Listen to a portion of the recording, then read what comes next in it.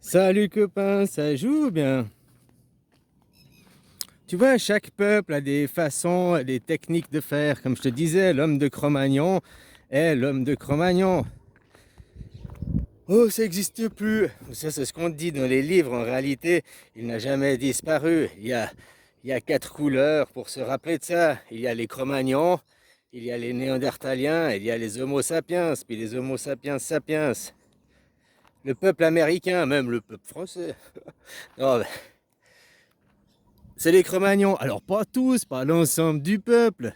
Ils ont une partie, mais la majorité, le bas de la pyramide, quoi. Tu comprends, le bas de la pyramide. Les moutons, les machins. Hein, ils sont très barbares, des comportements animaux. Pour un oui, pour un non, je te tape dessus. Encore le Far West, le flingue. Mais un Cro-Magnon est Cro-Magnon, tu vas pas le changer. Un âne ne devient pas cheval. Donc tu utilises le Cro-Magnon pour ses facultés, pour ses avantages. Ok, il est impérialiste, il veut dominer, il veut conquérir, et tout par la force brutale, la force physique.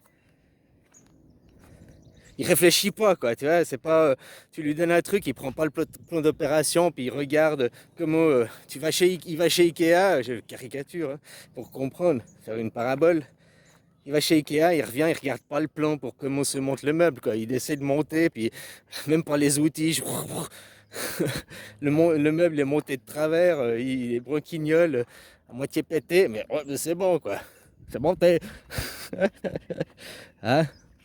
Voilà. Alors tu utilises le Cro-Magnon pour ses facultés de ce qu'il est.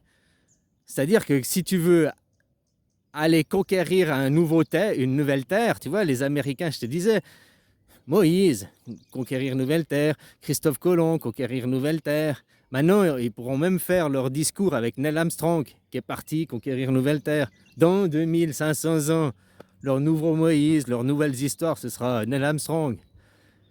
Il aura franchi, mais derrière, il y avait toute une team, toute une équipe, les États-Unis. Comme pourquoi les Russes qui étaient à deux doigts d'y aller, pourquoi ils n'ont jamais été, quoi.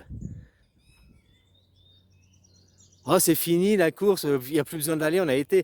Ouais, mais un sportif, même s'il finit deuxième, il termine sa course. Pourquoi ils n'ont pas terminé la course?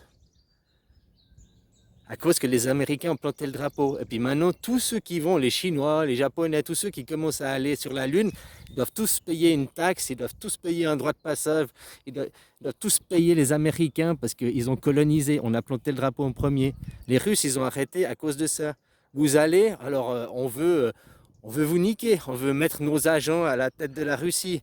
Tu vois ce que je veux dire? C'est pour ça qu'ils ont arrêté, pour pas se faire leur chantage, quoi, pour pas se faire dominer. Bon, bref, je sais plus où j'en étais. Ah ouais, tu utilises le Cro-Magnon pour ce qu'il sait faire, quoi. Taper sur la gueule des autres, être le plus fort, hein, pas se poser de questions, comme tu veux des soldats. Des soldats, ils réfléchissent pas, ils obéissent aux ordres, ils tapent, quoi. Moi, tuer d'abord, parler après, quoi. Voilà, c'est le Cro-Magnon, il est comme ça, c'est la tribu, hein, c'est comme ça. L'homme blanc est comme ça, quoi. L'homme blanc qui, hein, mais maintenant, il va changer. Chaque civilisation, c'est caricatural ce que je te dis, il faut apprendre au premier degré. Maintenant, la civilisation blanche qui était dans son hiver, qui est revenue au plus bas de l'évolution dont sa branche, va passer à son printemps. Dans, puis dans les terres, c'est l'Afrique. Chacun a son rythme saisonnier, quoi.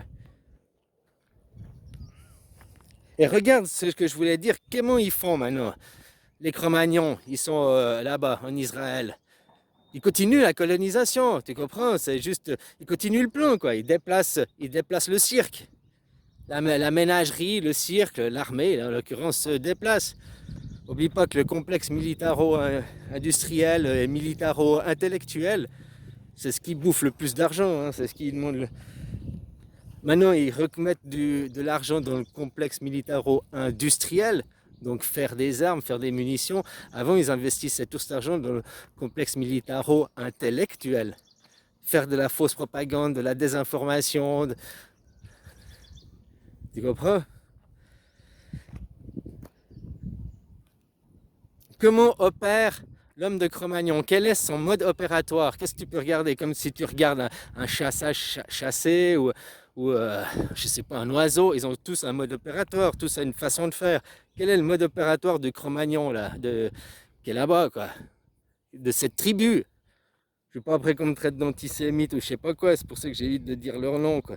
Mais tu vois très bien de qui je parle.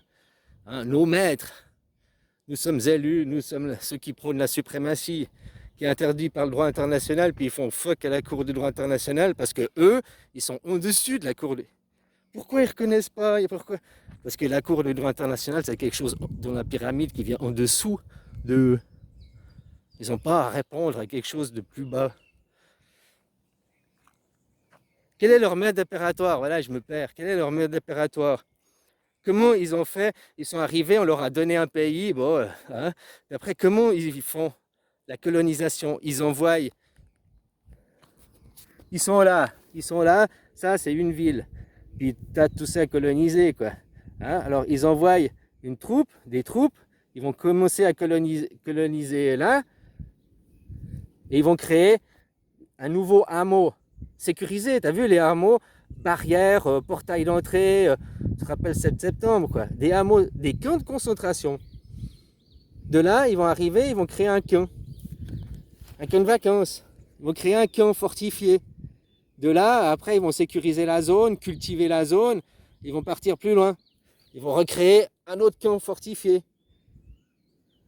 Puis ainsi de suite. Puis après, partir plus loin, créer un camp fortifié. Puis à un moment, il y a plusieurs camps. Ils créent après une ville, un camp plus grand, quoi. Un nouveau repère, une nouvelle base, quoi. Voilà, ça c'est le. Hein, puis après, de là, ils vont de nouveau s'expanser. Bon, maintenant tu prends Deuxième Guerre mondiale, tu regardes comment Tonton il a construit les camps. Tonton, il faisait partie d'eux, il a été mis au pouvoir par eux. Tonton, je vais te dire un truc, l'extrême droite, c'est cette tribu. Maintenant, la gauche, que tu regardes la gauche, c'est la gauche de l'extrême droite. C'est le côté gauche, mais de l'extrême droite. Une vraie gauche, ce serait du marxisme, ce serait du communisme. Mais il n'y a plus de communisme, il n'y a plus de marxisme, il n'y a plus ces idées, quoi. Tu comprends ce que je veux dire? Des idées de société où il n'y a pas de hiérarchisation, qui étaient comme avant, comme au commencement, puis qui est... Tu comprends? Ça, c'est du vrai socialisme. Bon, je te disais, comment maintenant tu regardes pendant la Deuxième Guerre mondiale, comment les camps de vacances se sont construits. Et tu regardes les deux fronts. Après, il y a eu le mur de Berlin. Mais tu regardes les